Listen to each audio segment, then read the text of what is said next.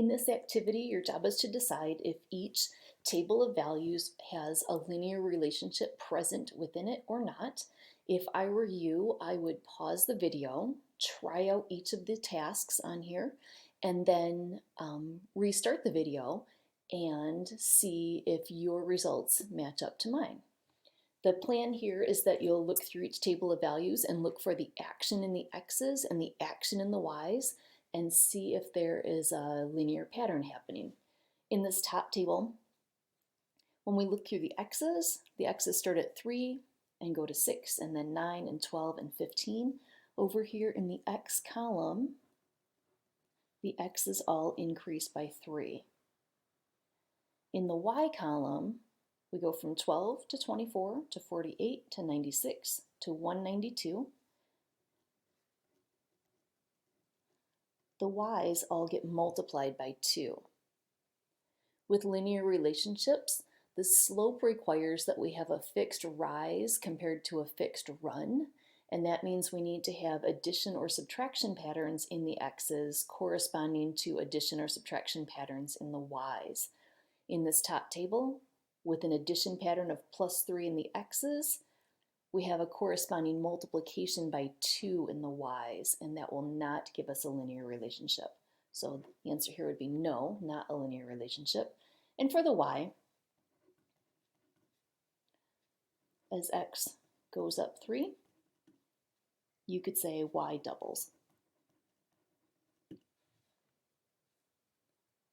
The correspondence of an addition pattern of +3 with a multiplication of 2 tells us that we do not have a linear relationship. Later on, we'll talk about what this relationship is modeled by. Same kind of thing in the next table. Let's look through the x's. It looks like the x's go up by 5. Oh, but then they jump by 10, and then they go up by 5 again. And you might think, oh, no, we do not have a linear pattern here because of this inconsistent jump of 10. But let's see what's happening on the other side. I don't think we're out of the woods yet. When we look in the y column, it's going down by 2. 20 minus 2 is 18. 18 minus 2 is 16. And then we get to 16 to 12. That's a jump of 4 in the downward direction. And then 12 minus 10 is 2. So we're going down 2, and then down 4, and then down another 2.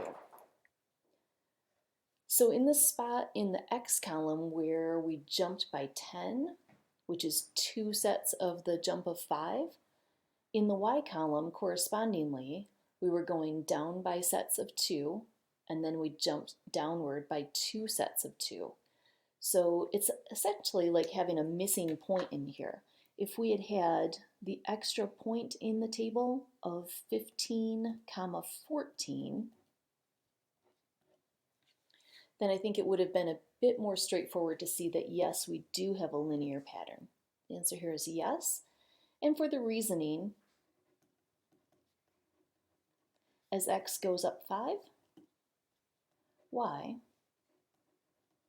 goes down 2.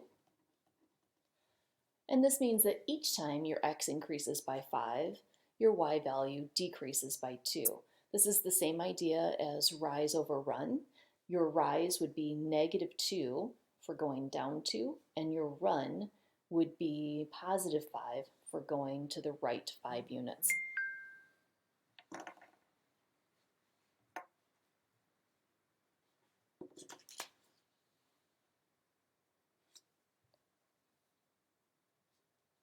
For the next two, let's see what's happening in here. In this x column, 4, 7, 10, 13, 16, I think these are all going up by 3.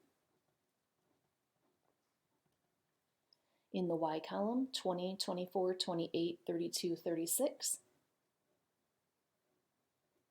I think these are all going up by 4. We have a terrific addition pattern in the x's corresponding to an addition pattern in the y's. This is linear. Writing out a statement for y, talking about the action of each variable, you could say each time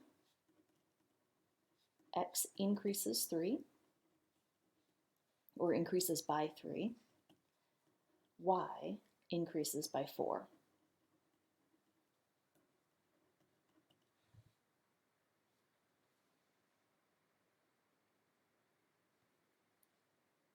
Last one for this page. In the x's, 8 to 12 to 16 to 20 to 28. In the top of the table, these are all increasing by 4. And then this last jump down here increases 8.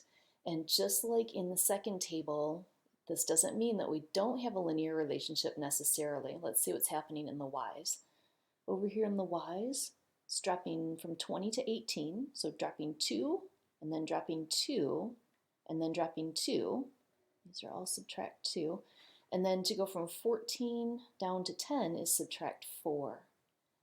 So comparing these for proportionality, we have a jump of positive 8 here in this last step.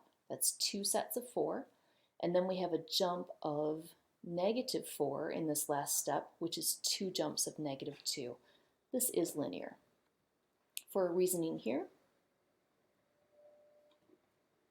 each time x increases 4, y decreases 2.